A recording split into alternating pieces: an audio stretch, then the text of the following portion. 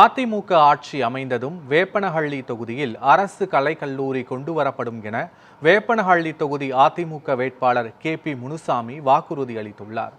கிருஷ்ணகிரி மாவட்டம் வேப்பனஹள்ளி தொகுதியில் போட்டியிடும் அதிமுக கொள்கை பரப்பு செயலாளர் KP முனுசாமி வீமாண்டப்பள்ளி, குப்பிச்சிப்பாறை, சென்னசந்திரம், மாரச்சந்திரம், நிரளகிரி உள்ளிட்ட பல்வேறு கிராமங்களில் உள்ள 30க்கும் மேற்பட்ட கிராமங்களில் தீவிர தேர்தல் பரப்புரை மேற்கொண்டார்.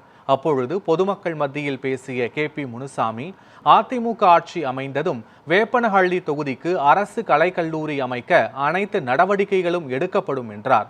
மேலும் வேப்பனஹள்ளி தொகுதியில் தண்ணீர் பிரச்சனையை தீர்க்க நடவடிக்கை எடுக்கப்படும் எனவும், வனப்பகுதியை ஒட்டியுள்ள கிராமங்களில் சாலைகள் அமைத்து தர நடவடிக்கை எடுக்கப்படும் என்றார்.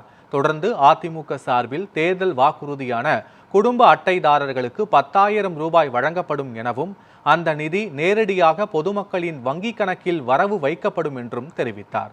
திமுக சார்பில் 8,000 ரூபாய் கூப்பன் வழங்கப்படுவதாக கூறுகிறார்கள். அந்த கூப்பனை பெறுவதற்கு முதலில் திமுகவினருக்கு கமிஷன் கொடுக்க வேண்டும். அதன்பின் 8,000 ரூபாய் கூப்பனுக்கு தரமற்ற 4,000 ரூபாய் மதிப்பீட்டிலான பொருட்கள் வழங்கப்படும். அதனால் இந்த ஏமாற்று வேலையை மக்கள் நம்ப வேண்டாம். ஆகவே மீண்டும் எடப்பாடி பழனிசாமி முதல்வராக அனைவரும் இரட்டை இலை சின்னத்தில் வாக்களிக்க வேண்டும் என அவர் கேட்டுக்கொண்டார். வேட்பாளர் உங்களிடத்திலே வாக்கு